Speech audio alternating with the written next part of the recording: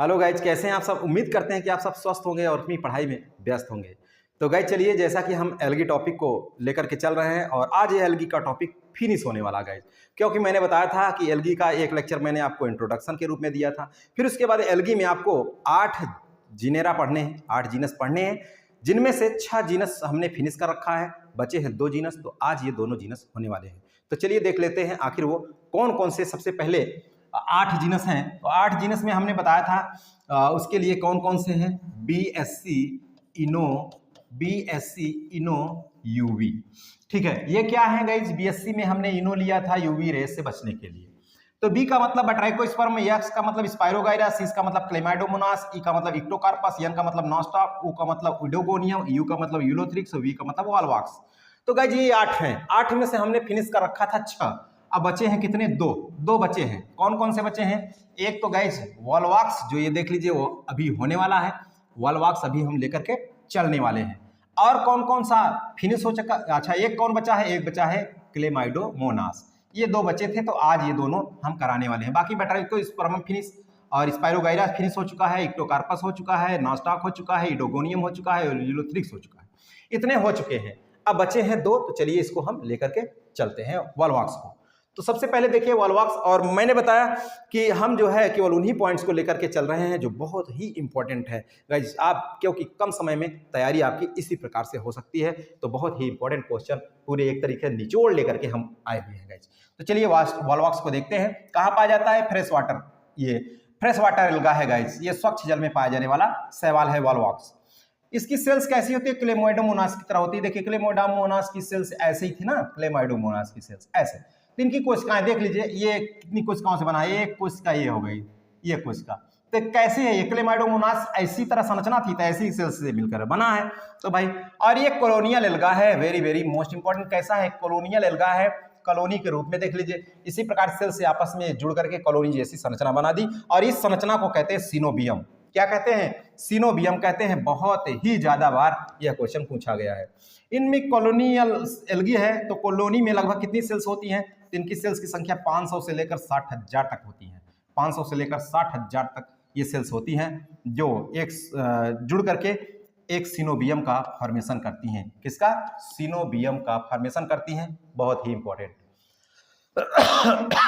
इनमें आई स्पॉट पाया जाता है गाइस। इनमें क्या पाया जाता है? आई स्पॉट पाया जाता है। एक विशेष प्रकार का जो है प्रकाश का संवेदी अंग होता है, वह पाया जाता है आई स्पॉट। और इसमें जो है क्लोरोप्लास्ट में इसके पायरिनॉइड भी होता है। क्या होता है? क्लोरोप्लास्ट में पायरिनॉइड भी होता है। पायरिनॉइड का सेंट्रल कोर जो है प्रोटीन का बना होता है। बाहर का जो कोर होता है, बाहर की जो भाग है, ये स्टार्च का बना होता है। इसमें जो पायरिनॉइड है, इसमें रेड आई स्पॉट होता है गाइस। क्या होता है? रेड आई स्पॉट इसमें मिलता है, तो ये ध्यान रखिएगा। और ये रेड आई स्पॉट किसका बना होता है? ये बना होता है बाइकॉन्वेक्स फोटोसेंसिटिव लेंस का बना होता है। फोटोसेंसिटिव लेंस का बना होता है। बाइकॉन्वेक्स फोटोसेंसिटिव लेंस का बना होता है। इसकी जो सिनोबियम है, सिनोबियम की मैक्सिमम जो सेल्स होती हैं वो वेजिटेटिव होती हैं। इसकी जो सिनोबियम की संरचना है, उसमें ज़्यादा से ज़्यादा कोशिकाएं कैसी होती हैं? वेजिटेटिव होती हैं। रिप्रोडक्टिव सेल्स की संख्या बहुत कम होती है, और जो साइज में बड़ी होती हैं वही रिप्रोडक्टिव सेल्स होती हैं गाइस। ठीक है, और इसमें देखिए रिप्रोडक्टिव सेल्स कम संख्या में होती हैं, लेकिन इनकी साइज क्या होती है? बड़ी होती है। रिप्रोडक्टिव सेल्स की संख्या कम होती है, वेजिटेटिव सेल्स की संख्या ज्यादा होती है। रिप्रोडक्टिव सेल्स की जो साइज है वो कम होती है देन वेजिटेटिव सेल्स। और ये इसमें जो रिप्रोडक्टिव सेल्स होती हैं, इनमें फ्लैजिला एब्सेंट होते हैं गाइस। इसमें फ्लैजिला क्या होते हैं? एब्सेंट होते हैं। तो चलिए थोड़ा सा इसके अब हम रिप्रोडक्शन की बात कर लेते हैं गाइस। किसकी बात कर लेते हैं? रिप्रोडक्शन की बात कर लेते हैं। तो ये कुछ कॉमन बातें थी। रिप्रोडक्शन इसमें 2 प्रकार का होता है गाइस। देख लीजिए कितने प्रकार का होता है इसमें रिप्रोडक्शन? 2 प्रकार का होता है। रिप्रोडक्शन कितने प्रकार का? 2 प्रकार का होता है। एक तो एसेक्सुअल रिप्रोडक्शन, दूसरा गाइस सेक्सुअल रिप्रोडक्शन। कौन सा? सेक्सुअल रिप्रोडक्शन होता है। एसेक्सुअल और सेक्सुअल रिप्रोडक्शन। एसेक्सुअल रिप्रोडक्शन, देखिए एसेक्सुअल रिप्रोडक्शन कब होता है? यह सामान्यतः बसंत और ग्रीष्म ऋतु में होता है। कब होता है? बसंत और ग्रीष्म ऋतु में होता है जनरली। लेकिन यह जो सेक्सुअल रिप्रोडक्शन है ग्रीष्म के अंत में होता है। कब होता है? ग्रीष्म के अंत में होता है। जो एसेक्सुअल रिप्रोडक्शन है ये किसके द्वारा होता है? ये विशेष प्रकार की जो सेल्स होती है गोनीडिया, इसके द्वारा होती हैं। ये गोनीडिया जो है लगभग जब 8 सेल्ड हो जाती हैं, कैसे हो जाती हैं? जब ये गोनीडिया एकत्रित होकर के 8 सेल्ड में ये कन्वर्ट हो जाती हैं, इसी को कहते हैं प्लैकिया स्टेज। क्या कहते हैं गाइज? प्लैकिया stage. Very very most important, found in किसमें पाया जाता है गाइज? ये प्लैकिया स्टेज वॉलवॉक्स में पाया जाता है। तो अब देखिए जरा यहाँ पर प्लैकिया स्टेज के द्वारा। अच्छा, एक बात और यहाँ जो क्वेश्चन पूछा है, जाइगोट की भित्ति में हिमेटोक्रोम प्रेजेंट होता है जिसके कारण रेड होता है। कैसा होता है? जिसके कारण रेड होता है, हिमेटोक्रोम के द्वारा। यह क्वेश्चन पूछा गया है। बाकी सेक्सुअल रिप्रोडक्शन की अगर बात करें तो उगैमस प्रकार का होता है। उगैमस आप जानते हैं कि उगैमस किसको कहते हैं? इसमें एक जो है गैमीट मोटाइल होता है, दूसरा गैमीट जो है नॉन मोटाइल होता है। उगैमस प्रकार का होता है।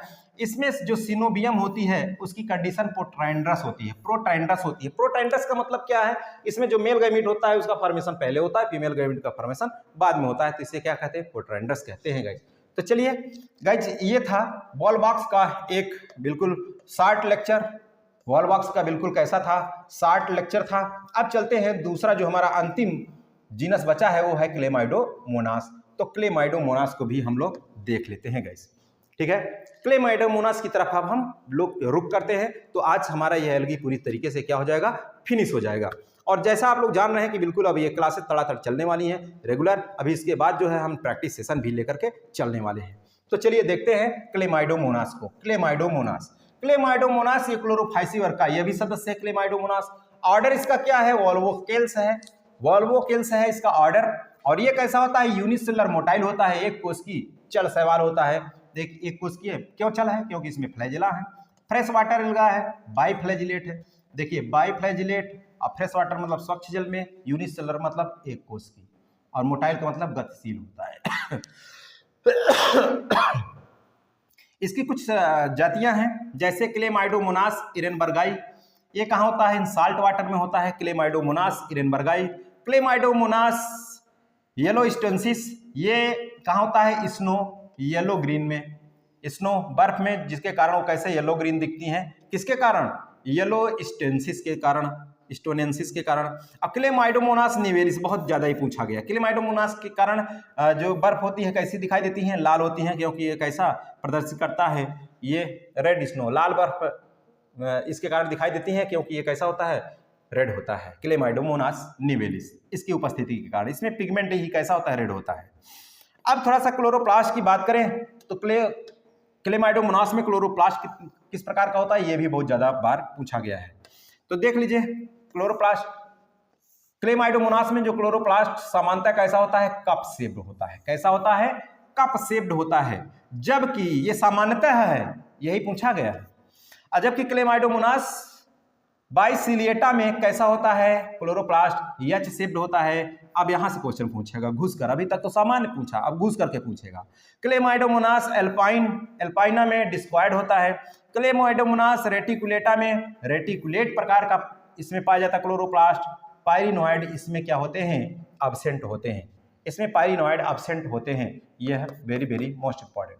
अगर इसके हम सेल्स की बात करें तो देख लीजिए, ये इसकी सेल्स है बिल्कुल सिंगल यूनिसेलर है। ये दो क्या है? फ्लैजिला है। ये फ्लैजिला कैसे होते हैं? यहाँ देख लीजिए, यहाँ पर थोड़ा सा गाइज इसकी अगर हम बात करें, यहाँ इसमें ब्लिफेरोप्लास्ट जहाँ से निकलती हैं, ये कैसे? ब्लिफेरोप्लास्ट हैं। इनमें कुछ ग्रेन्यूल्स हैं, कंट्रेक्टाइल वैक्यूल्स हैं, आई स्पॉट हैं, और इसमें पाइरिनोइड हैं। और ये कप शेप्ड जो इसमें क्लोरोप्लास्ट है, ये कप शेप्ड इसमें क्लोरोप्लास्ट है। तो आई स्पॉट, पाइरिनोइड, कंट्रेक्टाइल वैक्यूल, ब्लिफेरोप्लास्ट और वॉल्यूटिन ग्रेन्यूल्स इसमें उपस्थित हैं, और ये यूनिसेलर है, ठीक है। तो ये आप ध्यान दे लीजिएगा। आगे चलते हैं, बात करते हैं अगली प्रोसेस क्या है उसको भी देख लेते हैं। देखिए सेल्स के शीर्ष पर दो कंट्रेक्टाइल वैक्यूल पाई जाती हैं। अभी मैंने बताया, देखिए शीर्ष पर कंट्रेक्टाइल वैक्यूल दो ठो इसमें पाई जा रही हैं, जिनका रिलेशन किससे होता है? ऑस्मो रेगुलेशन से, ठीक है। इनका रिलेशन किससे है? ऑस्मो रेगुलेशन से है। इसका जो है संबंध है। अब देखिए इसमें जो है रेड आई स्पॉट प्रेजेंट होती है, मेड अप ऑफ जो किसकी बनी होती है? Colourless by convex photosensitive lens, photosensitive lens की और इसमें कप शेप्ड जो है होता है क्लोरोप्लास्ट और पिगमेंट भी होता है। तो रेड आई स्पॉट प्रेजेंट होता है, तो आप यह ध्यान रखिएगा। इसमें विप्लास फ्लैजेला पाया जाता है। विप्लास फ्लैजेला एक टेंसिल होता है, एक विप्लास। विप्लास देखिए ऐसा सीधे जो है स्ट्रेट होता है, जबकि टेंसिल फ्लैजेला इस तरह से कुछ उससे भी रोएदार संरचनाएं निकलती है। तो इसमें विप्लास फ्लैजेला पाया जाता है, जिसका संबंध किससे है? न्यूरोमोटर ऑपरेटस से है। किससे है? न्यूरोमोटर ऑपरेटस से है इसका संबंध। अब यहाँ देख लीजिए इस न्यूरोमोटर ऑपरेटस में कितनी स्ट्रक्चर होती है? एक तो ब्लेफारोप्लास्ट हो गया है, पैराडिस्मोस हो गया और राइजोप्लास्ट हो गया। तो ब्लेफारोप्लास्ट ये ग्रेनुलर स्ट्रक्चर्स होती हैं, जो पैराडेस्मोस होता है ये कनेक्टिंग फिलामेंट होते हैं। कैसे होते हैं? कनेक्टिंग फिलामेंट होते हैं। तो 3 स्ट्रक्चर इसमें न्यूरोमोटर ऑपरेटस में होते हैं। तो मोस्टली इसमें जो अगर हम रिप्रोडक्शन की बात करें गाइस, तो रिप्रोडक्शन की अगर बात करें तो मोस्टली रिप्रोडक्शन इसमें एसेक्सुअल किसके द्वारा होता है? जूस्पोर के द्वारा होता है। मोस्टली एसेक्सुअल बाय जूस्पोर और सेक्सुअल बाय आइसोगैमस, एनाइसोगैमस और उगैमस, तीनों प्रकार का होता है। ये यहाँ पर सबसे ज्यादा इंपॉर्टेंट, क्लेमाइडोमोनास में सबसे ज्यादा इंपॉर्टेंट यही है और ये पूछा जाएगा आपसे। आइसोगैमस का एग्जाम्पल क्या है? आइसोगैमस जो सेक्सुअल प्रोडक्शन किसमें होता है? क्लेमाइडोमोनास डिबैरिनम में, जिसमें 2 पायरिनोइड होते हैं। यह भी क्वेश्चन है बनेगा। और एनाइसोगैमस का एग्जाम्पल है क्लेमाइडोमोनास ब्राउनी और उगैमस क्लेमाइडोमोनास कोक्सीफेरा। ये question very very most important, बहुत ज्यादा इंपॉर्टेंट है गाइस। रिप्रोडक्शन आगे देखिए इसका विस्तार से थोड़ा सा। तो इसमें अगर रिप्रोडक्शन की बात करें किस विधियों के द्वारा होता है, किन विधियों के द्वारा, तो रिप्रोडक्शन इसमें एसेक्सुअल रिप्रोडक्शन और सेक्सुअल रिप्रोडक्शन दोनों विधियों के द्वारा होता है। एसेक्सुअल रिप्रोडक्शन जूस्पोर के द्वारा होता है। और कितने प्रकार के जूस्पोर, जैसे प्लानोस्पोर, सिनजूस्पोर, हिप्नोस्पोर और पाल्मेला स्टेज, इतने विधियों के द्वारा होता है। ये पाल्मेला स्टेज इसमें 4 से 8 सेल्स होती हैं और हिप्नोस्पोर जो होता है हिमेटोक्रोम पिगमेंट इसमें पाया जाता है। जो सेक्सुअल रिप्रोडक्शन है इसमें आप जानते हैं कि मेल फीमेल गैमीट मिलेगा, जाइगोट बनाएगा, जो 2 यूनियन है इसमें जाइगोटिक मियोसिस होगा, फिर उसके बाद न्यू थैलस का निर्माण हो जाएगा, आप जानते हैं। इसमें एक क्वेश्चन इसमें जो पूछा गया था वो क्वेश्चन यहाँ मैंने दर्शा रखा है। Cells of Chlamydomonas nivalis, Chlamydomonas nivalis जो रेड स्नो करता है, cause red snow. Cells of Chlamydomonas nivalis palmella stage develop haematochrome, इसमें जो है क्लेमाइडोमोनास निवेलिस में इसकी पाल्मेला स्टेज के द्वारा हिमेटोक्रोम का डेवलपमेंट होता है एंड बिकम नॉन मोटाइल, जिसके कारण नॉन मोटाइल हो जाता है, थिक वाल्ड हो जाता है, जिसे हम क्या कहते हैं? हिप्नोस्पोर कहते हैं गाइस। क्या कहते हैं? हिप्नोस्पोर कहते हैं। तो ये जो है आपका आज एल्गी गाइस पूरा का पूरा, इसके 8 जो जीनस थे वो भी फिनिश हो गए। तो उम्मीद करते हैं कि आपके समझ में आ गया होगा। इसे आप नोट कर लीजिएगा और अच्छे से आप इसे रीड कर लीजिएगा। एक भी क्वेश्चन इससे आपको बाहर नहीं मिलेगा। तो चलिए आज के इस लेक्चर में गाइस बस यहीं तक रखते हैं। फिर मिलेंगे नए दिन, नए ऊर्जा, नए लेक्चर के साथ। ओके, थैंक यू, जय हिंद।